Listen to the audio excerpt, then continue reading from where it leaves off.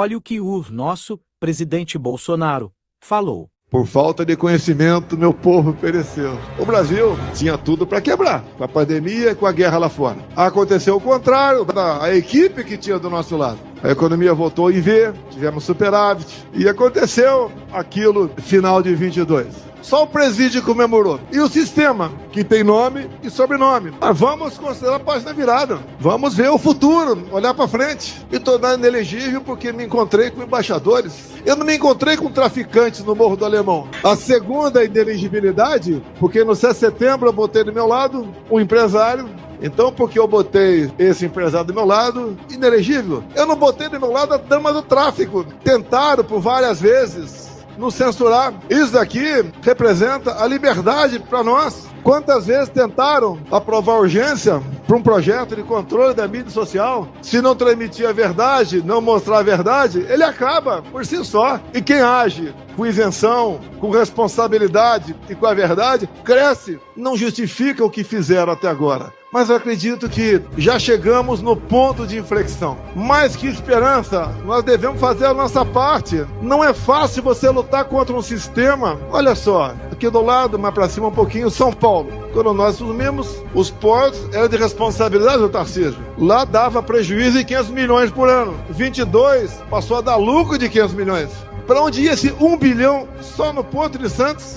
Itaipu Binacional, mas por que era cobiçada Itaipu Binacional e ainda é cobiçada? Porque é uma estatal que não é auditada pelo TCU, então você pode meter a mão até o sovaco que não tem problema. Ao longo de 4 anos, além de gerar energia, além de diminuir o valor da tarifa em dólar, fizemos a segunda ponte com o Paraguai, alongamos em 600 metros o aeroporto de Foz do Iguaçu, asfaltamos a Transboiadeira, atendemos mais de 50 municípios com pequenas obras. O Jorge Seif faltou só um passo para nós começarmos a praticar piscicultura naquele lago, que tínhamos como projeção aumentar em 20% o volume de pescado no Brasil. Esse país ninguém pode passar fome. Tem meios, e assim a gente vai citando cada ministério, como o Rogério Marinho, que levou água para o Nordeste, como a Tereza Cristina, que abriu mercado para o agro, para o mundo todo. Como nós fomos na iminência de uma guerra, conversar com o presidente Putin, ia faltar fertilizante para o Brasil, negociamos diesel, ele queria comprar ovos da gente. Falei com a Tereza, se abrir o mercado agora, vai o ovo custar de menos de R$1 para R$2 a unidade no Brasil, espera um pouquinho mais. Apesar de produzirmos 1.700 ovos por segundo, não é o suficiente para atendermos o mercado lá de fora. Todos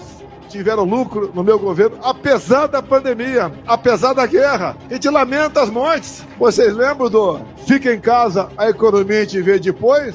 De fome também se morre. Vocês lembram da competência do Pedro da Caixa, junto com outros ministros, em menos de 30 dias, pagar auxílio emergencial para 68 milhões de pessoas? Gastavam por mês 50 bilhões de reais. Rio Grande do Sul aqui, a população equivale a 5% do total do Brasil. Então se gastássemos hoje em dia 5% do que gastamos por ocasião da pandemia, em poucos anos o Rio Grande do Sul voltaria à normalidade. Eu costumo dizer, né? Aqui eu poderia falar o nome de vocês também, de vários ministros. No atual governo é difícil quem saiba o nome de 3 ministros, ou porque não tem competência, ou porque o currículo de malfeitos é muito grande. Como não se sabe uma só proposta positiva do atual governo, só poder pelo poder. É aquela tentativa de vamos ficar o máximo aqui e explorar o máximo. E ouso dizer que a política econômica do atual governo é nota 10 para os propósitos que a esquerda se propõe: empobrecer a todos e dominá-los. Imaginem vocês se no dia 30 de dezembro de 22 eu não tivesse saído do Brasil. Com 8 de janeiro acontecendo, onde estaria uma hora dessa? Não sabia o que ia acontecer, mas pressentia que algo de errado estava por vir. Fiquei 3 meses lá fora, fui muito bem tratado por brasileiros, lá nos Estados Unidos, e voltamos para cá com todos os riscos. Acusação de toda ordem. Grande mídia, ao vivo, estou pronto para ser sabatinado por vocês. Vamos falar de baleia, de presente, de vacina, de golpe. Boa exposição, ao vivo. Com edição, não tem satisfação maior do que aquele de servir de poder ajudar o próximo. Quem era Jair Bolsonaro? Daquela foto ali com meu pai, aquela coisa rara, uma fotografia, em 1960. Chegar onde chegou é um sinal que todos nós podemos chegar onde sonhamos ou onde o destino reserva um lugar para nós. Eu duvido que o Tarcísio pensasse um dia ser governador, que é um tremendo gestor, algo que São Paulo nunca teve. Como, por exemplo, eu vejo vários parlamentares aqui, como disse a dona Michele, né?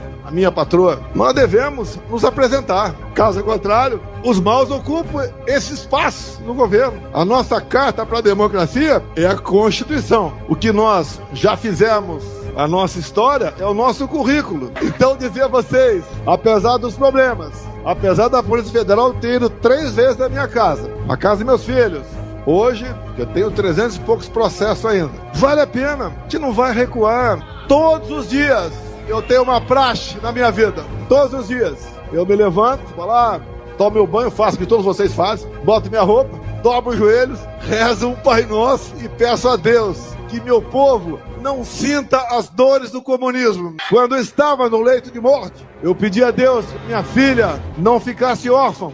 Fui atendido. Como agora eu fiz um pequeno texto de 14 ou 15 pequenos itens sobre o caso Adélio, sobre o delegado que investigou o caso Adélio, o dono do inquérito. Esse mesmo delegado que nada apurou porque não quis apurar, foi prestigiado, é diretor de inteligência da PF. E agora, um dos advogados sofre uma ação da Polícia Federal, tem apreendido um Porsche, um avião e congelado 200 milhões de reais. Esse advogado, que no dia 7 de setembro de 2018, foi a Juiz de Fora para atender o Adélio por questão humanitária, descobrir um advogado samaritano. Roraima tem uma tabela periódica lá. Além disso, tem o Vara do Rio Cotingo, 12 quilômetros por 600 metros. De cota, ali dá para gerar energia para metade do Brasil, para agregar valor em nossos minérios, para fazer do Brasil realmente uma terra prometida, trazer paz, prosperidade, ordem e progresso para todos nós, onde erramos ao longo de décadas.